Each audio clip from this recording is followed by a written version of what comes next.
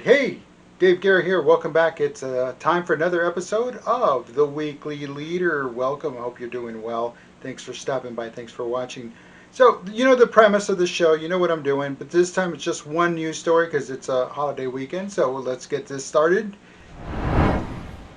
Elon Musk wants to buy Twitter. Hey, why not? You know, you got the money, you submit an offer, they can say yes, they can say no. I mean, it's again, it's all in the interest of the shareholders, what's best for the shareholders, so why not?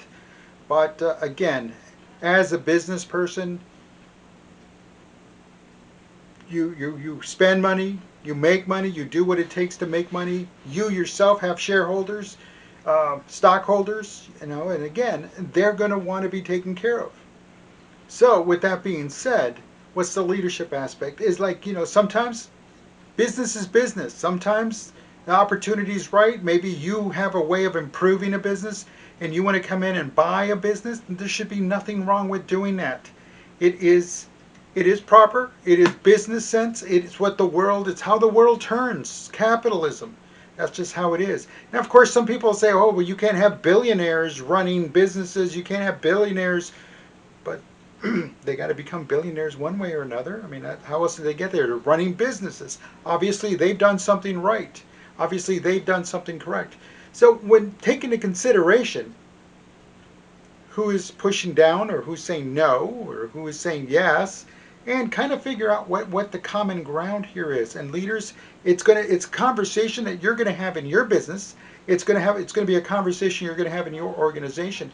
And in doing that, it's going to be something that has to be addressed. It has to be talked through. Because is it good form? Is it good leadership for an organization just to say, no, you know what? No, we don't want to improve. No, we don't want to bring in someone new.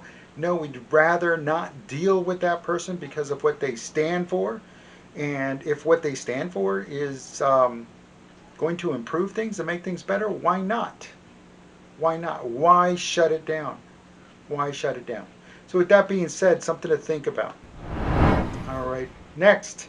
Now, it's a leadership issue, and it's kind of leading me into, based on the whole situation with Elon Musk and trying to buy Twitter, groupthink. It's the one thing I despise, I detest the most in the modern business age is groupthink. And groupthink is basically something that, well, the organization does to squash creative thinking, creativity, to squash innovation. To you know, if it didn't come from the top or it didn't come from the select group, it doesn't happen here. And again, right or wrong, groupthink is not how business works. Groupthink is actually a faster way of digging yourself into a deeper hole, and very, very difficult to find your way out of it. Case in point, organizations that hire from within. I'm a proponent of hiring from within, but there has to be a level. If all you're doing is hiring from within and you're bringing in entry level people and that's it, you're not bringing in anybody else in mid management or upper management, upper level, C-suite people, individuals from other organizations with other ways of thinking, other ways of doing business, then something is fundamentally wrong with that business, with that organization. It is just going in circles. It's kind of like the dog chasing his tail. And when it catches it, what does it do? Exactly. The same thing there. And groupthink and organizations that push the internal hiring and creating of leadership based on the experience they had going from the very beginning. Again, there's nothing wrong with that. However, if that's their only way of doing things, there is something wrong with that. Because at some point, mindsets from 20 years ago, okay, so the individuals that were in positions of management 20 years ago bring in these entry level people, and as they start working their way up, now who's in charge? Those entry level people 20 years ago that have the same mindset of 20 years ago. And that's not good business. This is the 21st century. We're way into the 21st century. The dynamics of 2021, 2022, and soon 2023 are way different than the dynamics of 2001, 2002, 2003. So you see, this is a whole different world, and it's just the early part of the 21st century. definitely the business leadership dynamics that are now in place, way different than they were in 1985, 1975, 1965, 55, and after the end of World War II, 45.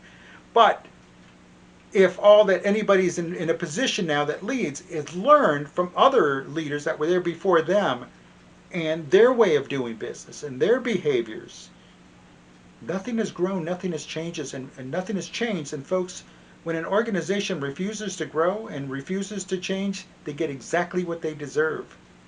And that is usually not a very good thing. That's usually a downfall. Something to think about. Leaders, again, encourage that creativity, encourage that thinking outside the box, being outside the box, living outside the box, encourage difference. Encourage difference. Difference in mindsets, difference in thinking, and a broad spectrum. And I'm talking one side to the other, a broad spectrum, not so narrowly focused. Not so narrowly focused, but something that's going to be huge, something that's going to be wide, something that's going to be across the board, broad spectrum thinking. That's what we need. That's what we need. Broad spectrum leadership. That's definitely what any and every organization needs. And groupthink, well, squash it. The moment you start seeing it happening, you'll know it. There's a point in time when you're like, what's happening? It's groupthink. Squash it. That's it. Smash it like a bug. Get rid of it. Sweep it out the door. Don't bring it back. Encourage individuals to think and bring new, creative, innovative ideas. And that's the only way your organization is going to really, truly grow.